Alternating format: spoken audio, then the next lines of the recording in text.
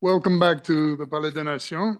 Director General Valovaya, NGIC Co-Chair President Vike-Freiberga, Directors General, Secretaries General of United Nations and other international organizations, former heads of state and government, former presidents of the General Assembly, former ministers, ambassadors, civil society leaders, ladies and gentlemen. Even the much truncated protocol salutations above are a vivid indication of the caliber of participants that the Nizami Ganjavi International Center and the United Nations Office of Geneva have yet again gathered in this iconic Palais des Nations for their fourth high-level meeting in this format. The privilege of extending the first words of welcome at gatherings of this magnitude usually, and unfairly I might add, falls to the moderator. I will not abuse this privilege, however, and leave the welcoming to the Director General and to President Vike-Freiberga.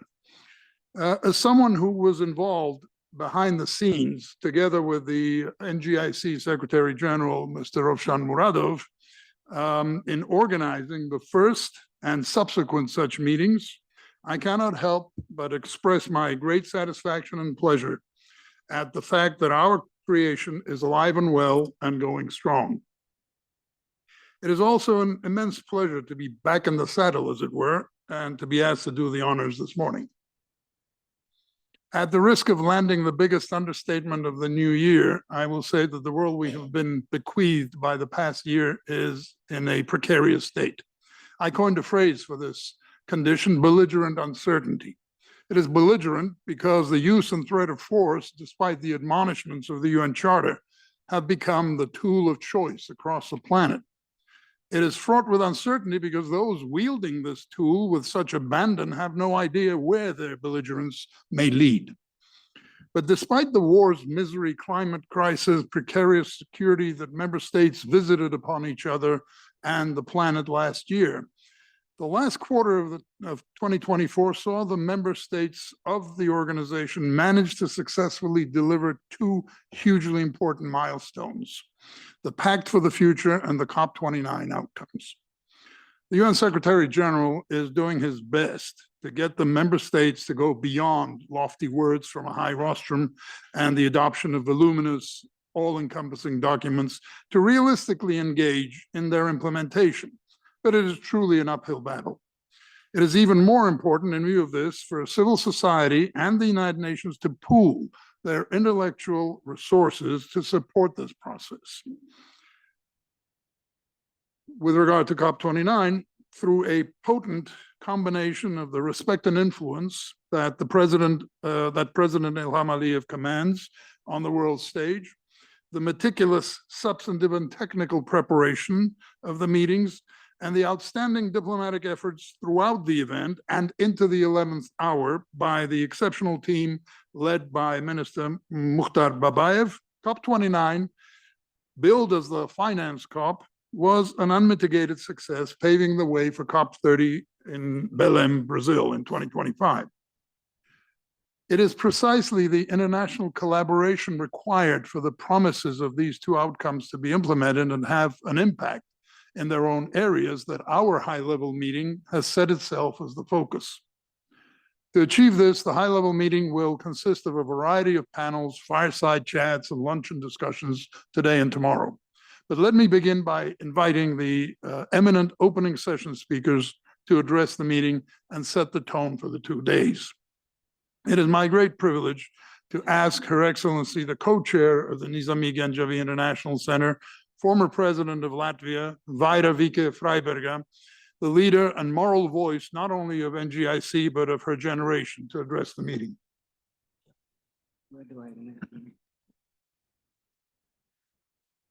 Thank you, Mr. Chairman.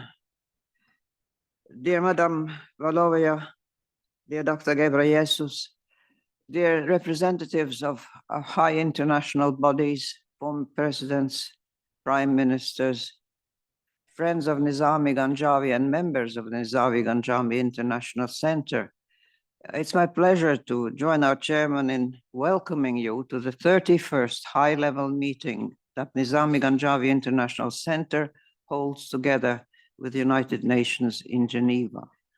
And we start out this year, 2025, with what look like hopeful prospects for the future, in the sense that, as our chairman pointed out, recently nations have managed to come together against all odds and apparent impossibilities and contradictions among themselves to adopt the decisions of COP29 to achieve what was indeed a financial success and commitment that many did not believe in.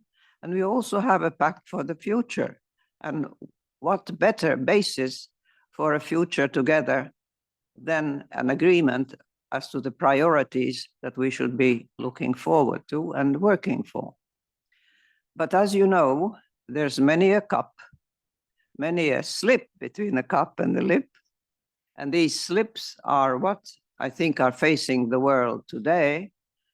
And in many parts of the world already, we see that things are not going the way they ought, according to already signed agreements, international law, international treaties, international borders, international human rights, and so on and so forth.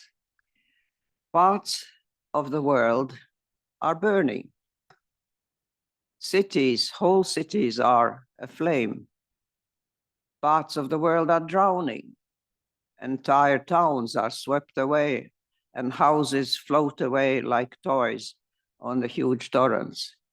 We notice that the climate, instead of warming up gently and allowing countries in the north like mine to dream about growing palm trees and basking in the sunshine, we are faced with unpredictable weather events, excessive weather events, and consequences that follow from these, such as food insecurity and conflicts that are based on access to resources, such as water being a resource, are very much there on our planet.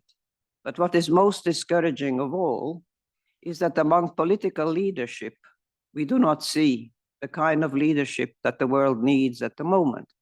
When you have very large countries, possessors of nuclear weapons, who without any rational reason attack their neighbors, dilapidate their land, destroy their cities, and night after night attack their civilians, one does not know what meaning remains to any kind of international treaties, to security guarantees that any country may give to another, and to the future of nations whom a larger neighbor might decide, you do not exist in our eyes, we are going to take your territory because we happen to feel like it, and you'll just have to live with it.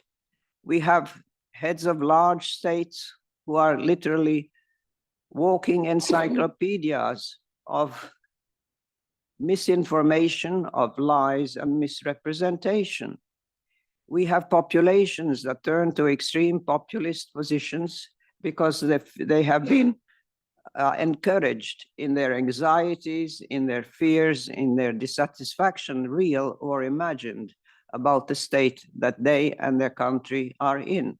And I think it's the psychological readiness of populations and their political leadership that is going to be the determining factor about implementing these noble ideals and progress that has been made both for the future and for the climate.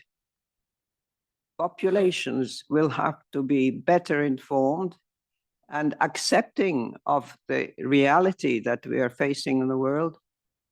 And as well, leadership, political leadership, will need to find worldwide some means of drawing the line between what is acceptable in international relations and what simply is not to be tolerated if we are to continue living in a civilized world.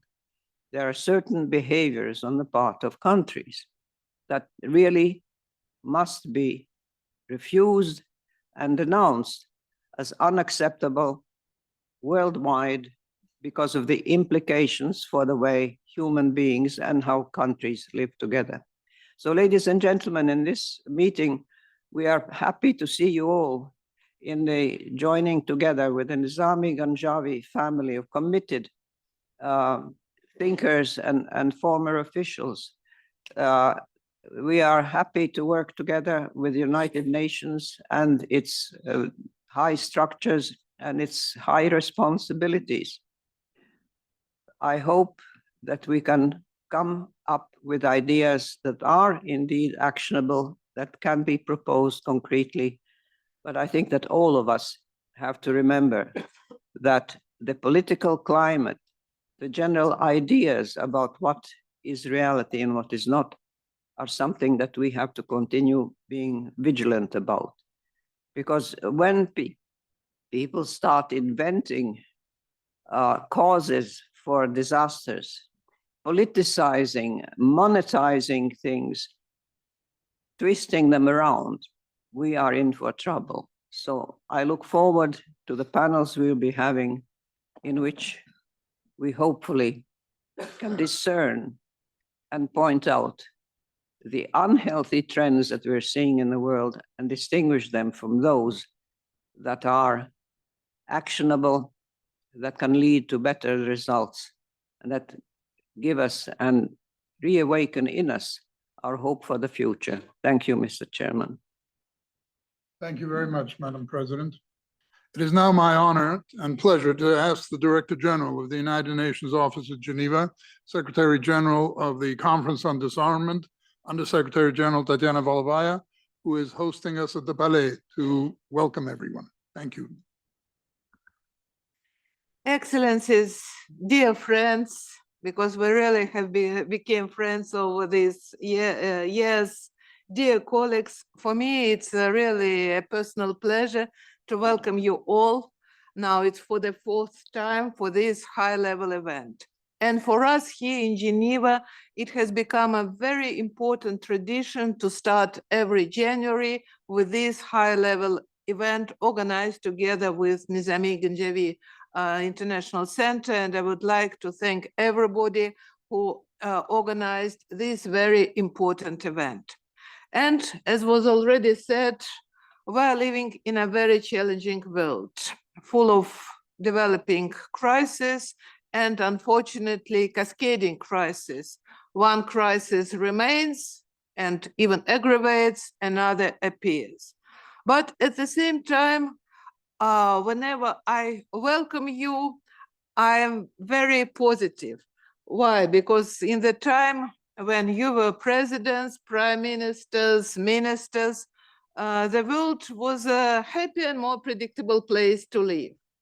And of course, it's not to criticize the current political elite, but it's just to say that, of course, you can share your experiences and you can help us to make this world a better place and to learn the lessons.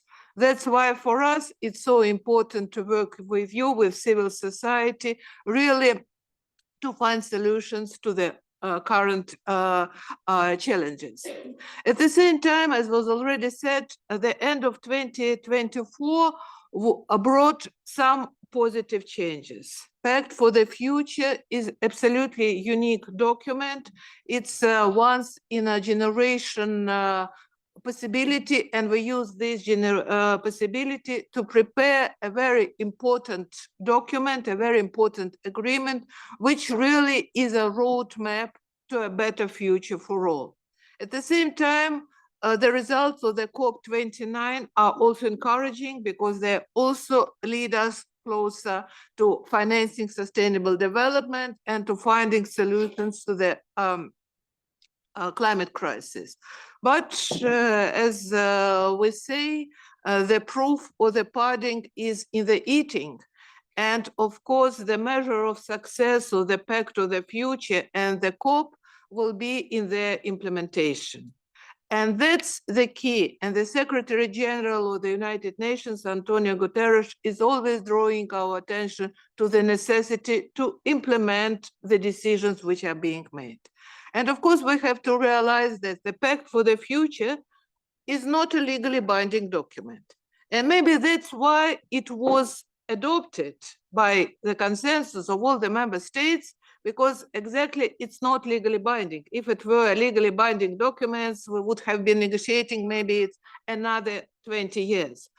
But it's a absolutely important political declaration. And we have to build on this political declaration, on this political agreement of all the member states to move towards the points which are in the Pact of the Future. And I'm very pleased to see that during your events over these 2 days, you have really decided to concentrate on the key issues which are in the Pact of the Future, like global governance. And in the Pact of the Future, we have first decisions, important decisions to change the global governance and to move to a more inclusive United Nations, to make the first significant report since decades of the Security Council, to find solutions to the historical discrimination of certain regions who are not represented, for example, in the Security Council, to empower General Assembly, to empower Economic and Social Committee. That's a very important way forward. It's also very important, everything we have on the necessity of the reform of the financial system, international financial system, and finding solutions for financing sustainable development goals. And we all know that, for example, today, developing countries, in many, many cases, they spend more on servicing their debts than on education, on health. And this has to be changed. So all your discussions, which you are planning for the 2 days, are very, very relevant for the Pact of the Future. And I said your experience is absolutely invaluable. I am especially pleased that this year we're hosting you in this historical part of the Palais, because each time I come to the historical part of the Palais, I am really encouraged and I have more positive vision of the future, because I am just always thinking about our predecessors, about our ancestors, who after the First World War, after huge pandemic, after in a situation of terrible economic and social catastrophes all around the world, not only created an international organization, League of Nations, but also invested in this beautiful palace, because they believed in the future of multilateralism. And they knew that the future of multilateral organization needs such a palace, because palaces before were built only for the royalty. This is the first palace built for the nations. So for me, it's quite inspiring, because we are quite often saying that we are living in difficult times, but our predecessors lived maybe in even more difficult times. At the same time, when I come here in these rooms where we managed to preserve the heritage, you see the rooms practically as it was when it was built 100 years ago. But inside, it's totally new. New electricity, new telecommunications, everything inside is modern. For me, it's exactly the model of the multilateral system, which has to preserve the heritage, which has to preserve the respect of all the member states to each other. It has to preserve the multilateral character of the system, but at the same time, it has to become fit for 21st century challenges. It has to become really inclusive, where the voices of all the member states, be they big or small, are equal and are always heard and are always taken into account. And not only the voices of the member states, but also the voices of the civil society, of young people, of future generation.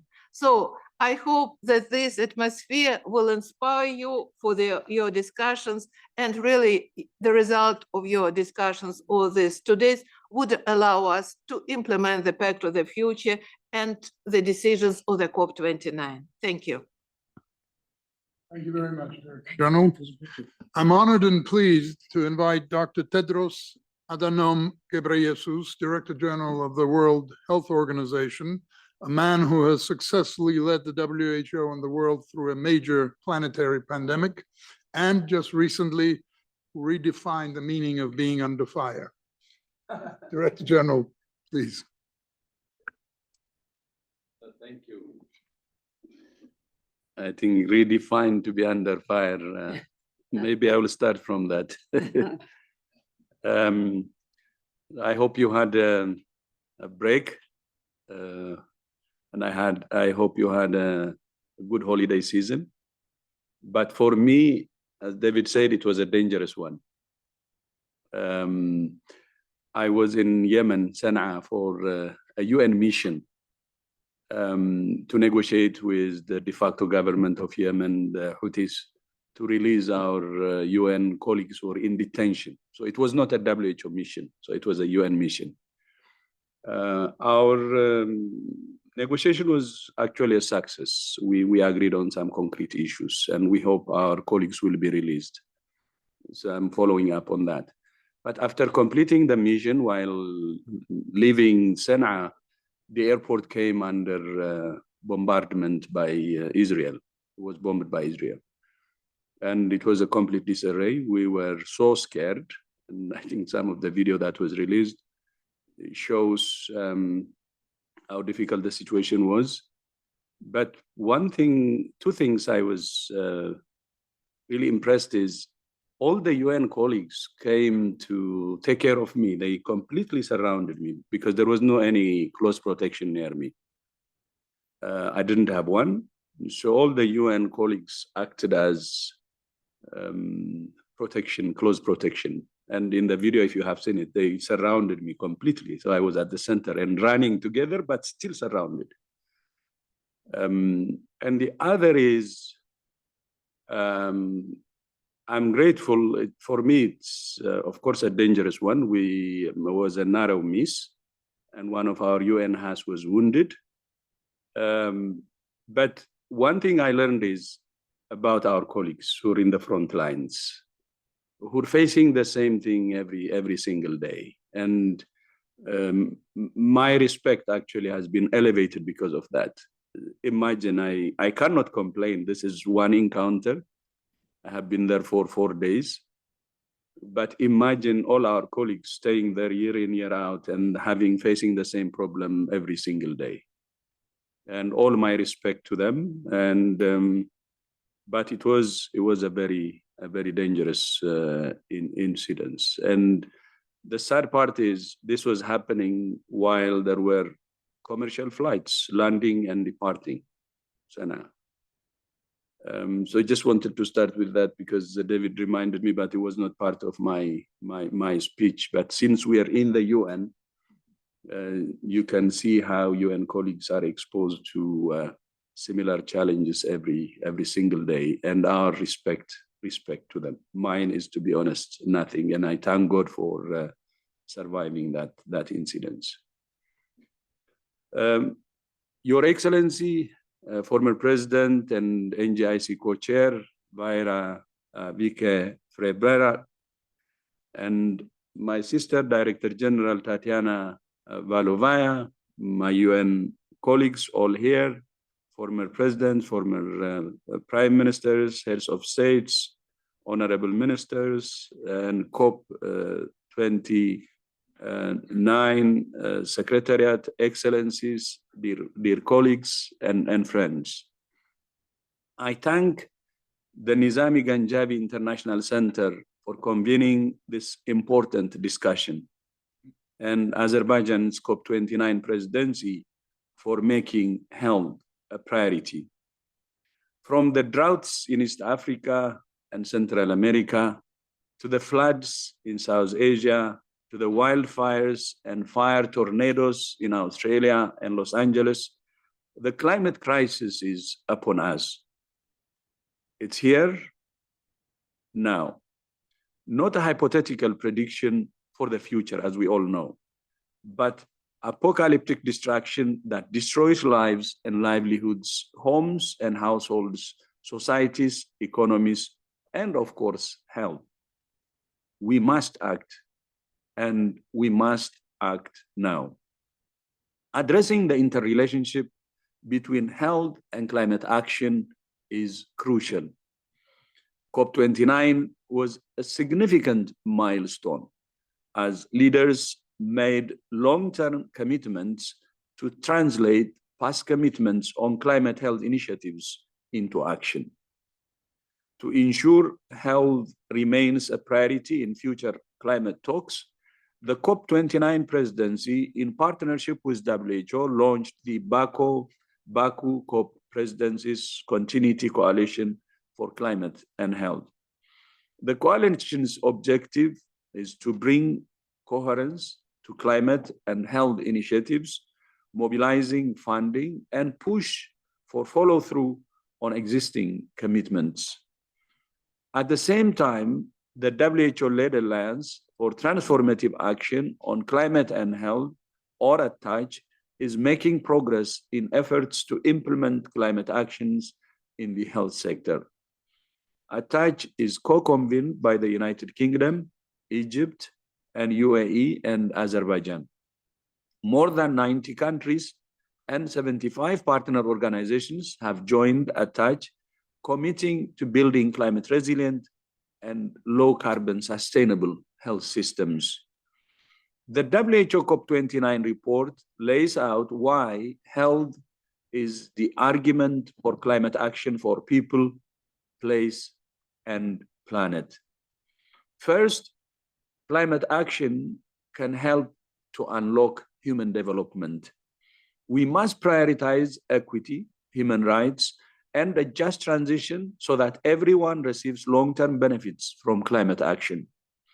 People can be supported through investment in low-carbon climate-resilient health systems and a fit-for-purpose, well-supported global health workforce. Specifically, health systems must be made more resilient to climate risks and more sustainable to reduce greenhouse gas. Healthcare is currently responsible for approximately 5% of global emissions. WHO, countries, and our partners are supporting action on this through ATACH. Second, the places we live shape health. Co-benefits of climate action can be realized through environmental stewardship for health in both cities and the natural world. These actions include clean energy, zero emissions transport, infrastructure design, and protecting and restoring natural systems, so fundamental to healthy lives, food systems, and livelihoods. Third, we must transform financial systems away from extraction and towards well-being to truly unlock health co-benefits while delivering economic returns. Crucial to this is bold governance that includes the needs and voices of most impacted communities, including children. Military spending last year was a staggering $2.4 trillion. What we're asking for climate health action is a rounding error in comparison. The global scale-up of just 5 climate health intervention packages combined is estimated to save 1.9 million lives per year. Thank you all for your commitment to protecting and promoting the health of both people and the planet. And finally, I thank Rovshan and NGIC for bringing us together once more. And Happy New Year. Thank you. Thank you very much, Director. It is now my privilege and pleasure to introduce Dr. Doreen Bogdan-Martin, Secretary General of the International Telecommunications Union, who heads one of the oldest international organizations and plays a crucial leadership role in charting the future of humanity in dealing with its own biggest invention, artificial intelligence. Please, Secretary General. Thank you. Thank you so much, David. And it's wonderful to be here. Excellencies, ladies and gentlemen, Happy New Year.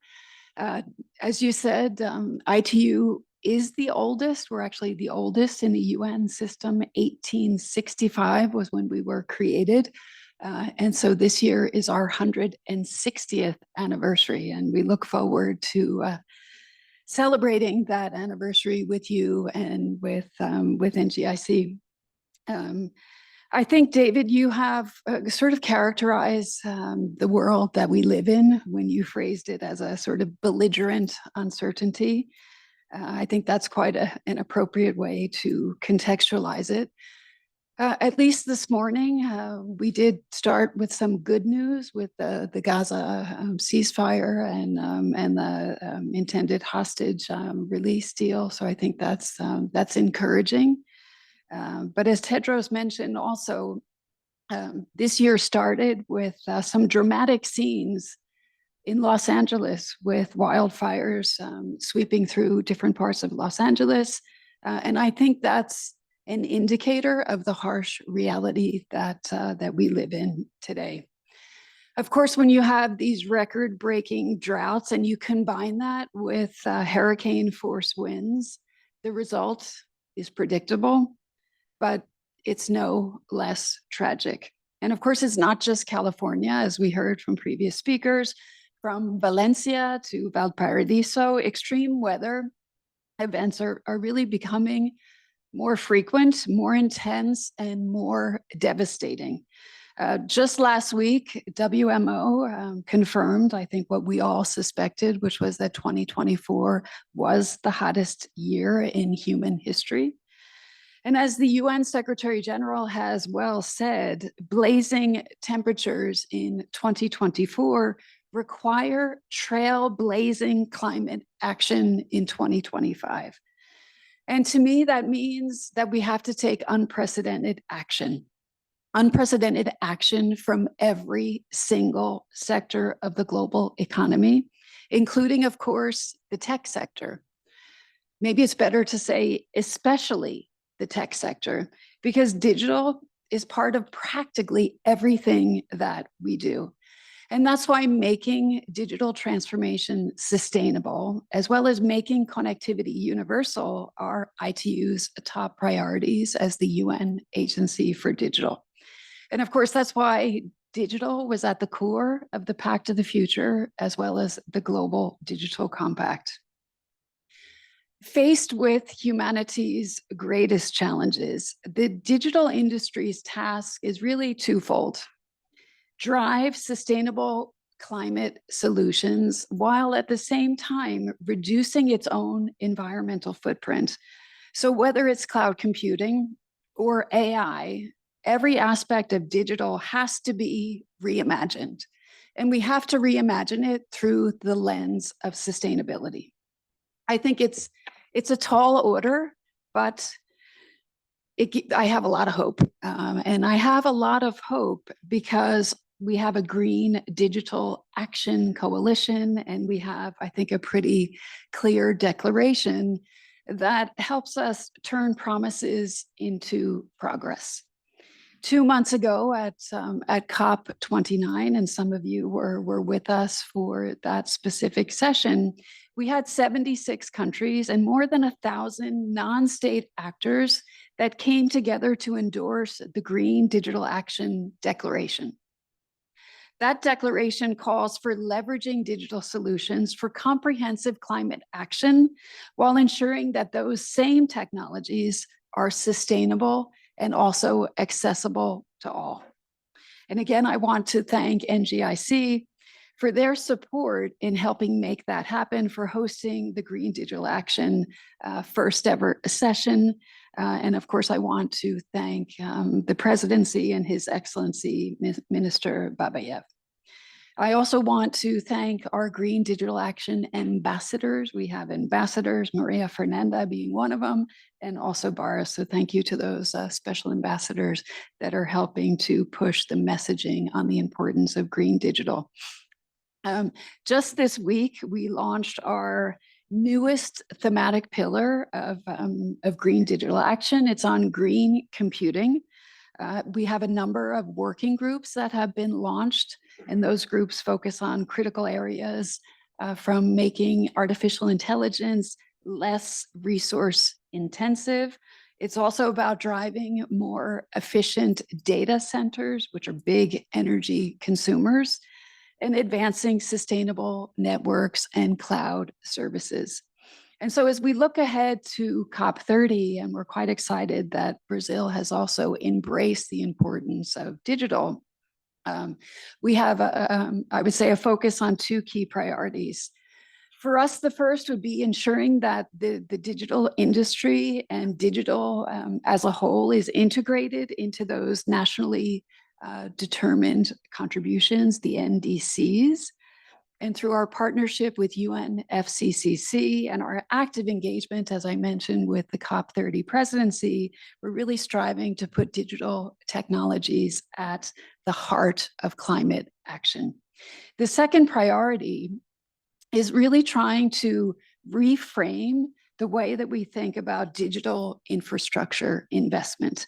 We often think about it in a siloed way, and so we have to stop thinking about it in a siloed way, and we need to recognize digital infrastructure as a fundamental green investment when that infrastructure meets sustainability standards. So from data-driven early warning systems to AI-powered climate modeling, technology enables us to be able to anticipate, to mitigate, and to adapt to the impacts of climate change.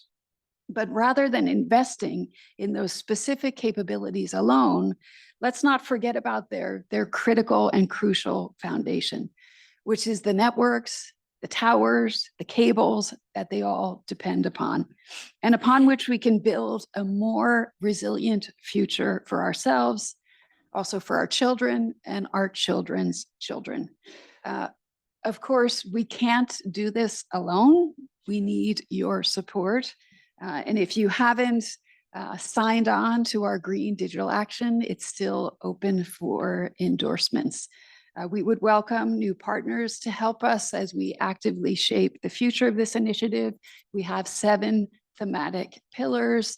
And so I would ask if your organization or if you are interested in things like emissions reduction, green standards, the circular economy, emergency telecommunications, open data, industry-enabled, or green computing. So I would encourage you to sign on and help support that declaration. I think, ladies and gentlemen, the choices that we make today will determine whether technology exacerbates the climate crisis or if it becomes the foundation of a new, resilient, environmentally sustainable climate reality. For us at the ITU, the choice is very clear, and we would choose collaboration. We choose resilience, and it's not a surprise, we choose green digital action. So over the next 2 days, I do hope that we can strengthen our partnerships, that we can share experiences, and that we can make meaningful progress on the commitments that were made in Baku. Because when it comes to climate, time may not be on our side, but I firmly believe that hope is. Thank you again for including us, and I look forward to the discussions. Thanks. Thank you very much, Secretary General. It is my privilege and honor now to ask the former president of Finland, Ms. Tarja Halonen, the first and only woman to hold this position and a voice of wisdom on the international scene, to present her opening address. Thank you for your beautiful words. So, but it is really an honor and pleasure to participate at this high-level event here in Geneva today.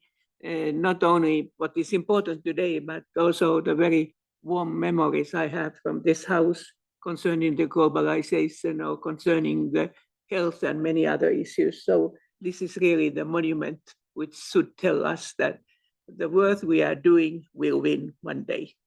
So,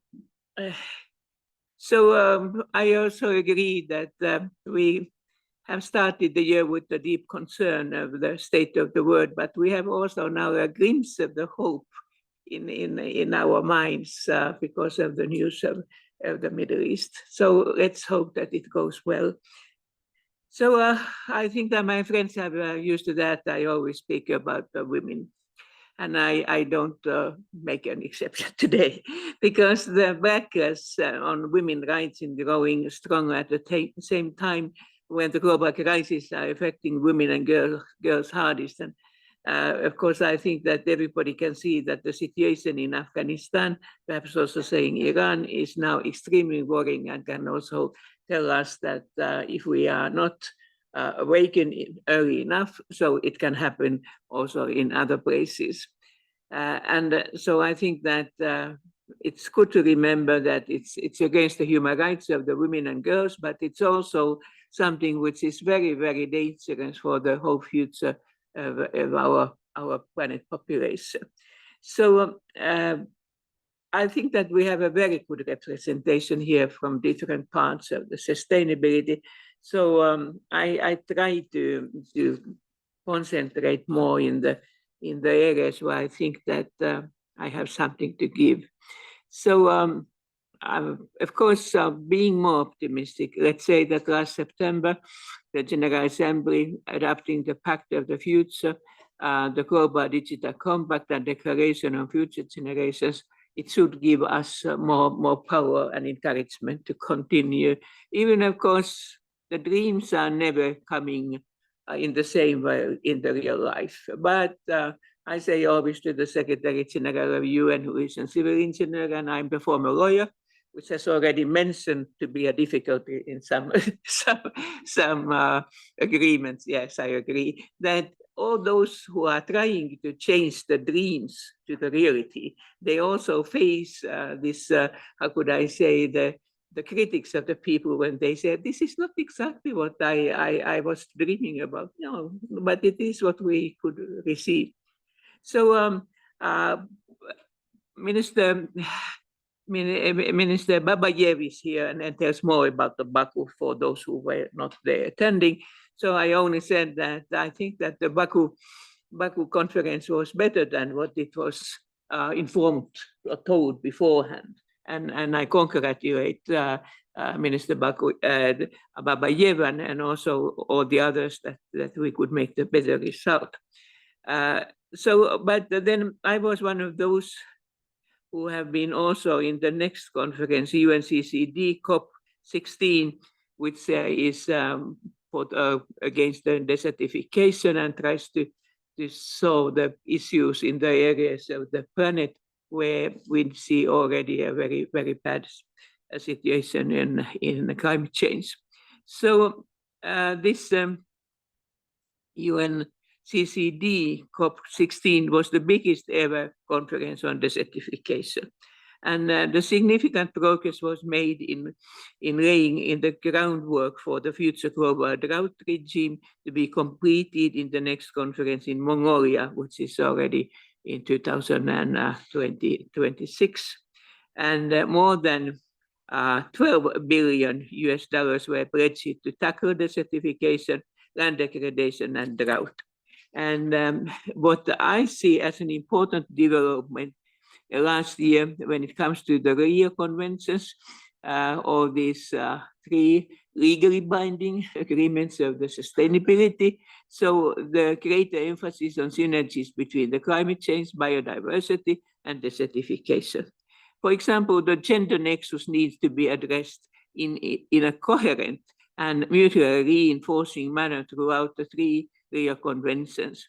Women and girls experience the greatest impact of the climate change, which amplifies existing gender inequalities and poses threats to their livelihood. But women and girls also play a fundamental role in responding to environmental crises. So I also try to remind you about the COVID-19, which seems to be almost forgotten because we succeeded with that. So that women had a very important role in this battle, and also that some of these things what the women did was not so statistically known because women pay this care work, the first primary care work in the most of the countries, if I could say in all. And so now for the future, implementation of the Paris Agreement, achieving land degradation neutrality and global goals on biodiversity will not happen without participation of women, and which is half of the world's population. And I only remind you that both Ban Ki-moon and also Antonio Guterres and many others, you all have confessed and said that if you don't see this gender equality, just forget the sustainability, because you cannot do it only with the half of the resources. So this year we need to focus on turning the agreements and commitments into action and mobilizing funding and investments which are needed to do.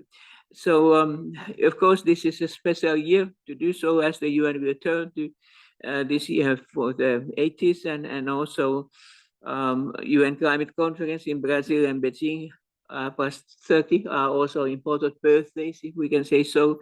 And like it is nowadays a fashion, we could say that don't give flowers or other packages, but give the money for the ideas what we need.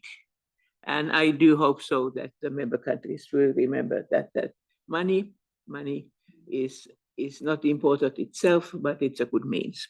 And so last point I will say concerning the digital world, because we are not only in the past the country of the Nokia and all these new technical ideas, but we can say also that what we can see easily in my own country and the coastline countries of the Baltic Sea, that what we used to be a very, say, nice common sea with all these possibilities, not only for the normal transport, but also for the cables of the digital health.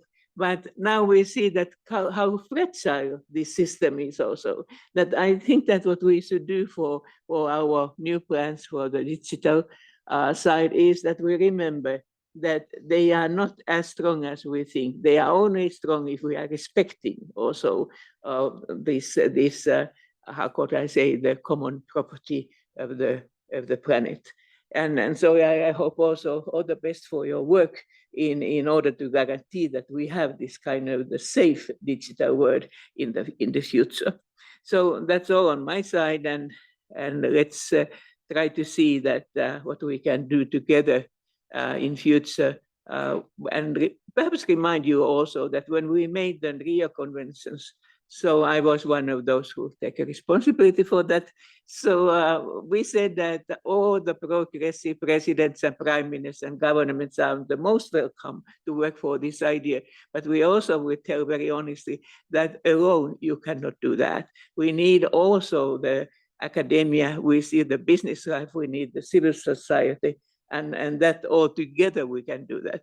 But also another way around, that if the heads of the states and the governments will not be progressive and helpful for the cooperation, the way will be much more difficult. Even I think we are decisive and we will do this bridge for the future. Thank you.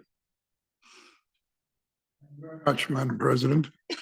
Last but by no means least, I'm very pleased and honored to introduce the video message from the Minister of Ecology and Natural Resources of Azerbaijan, Minister Mukhtar Babayev, President and indeed hero of COP29.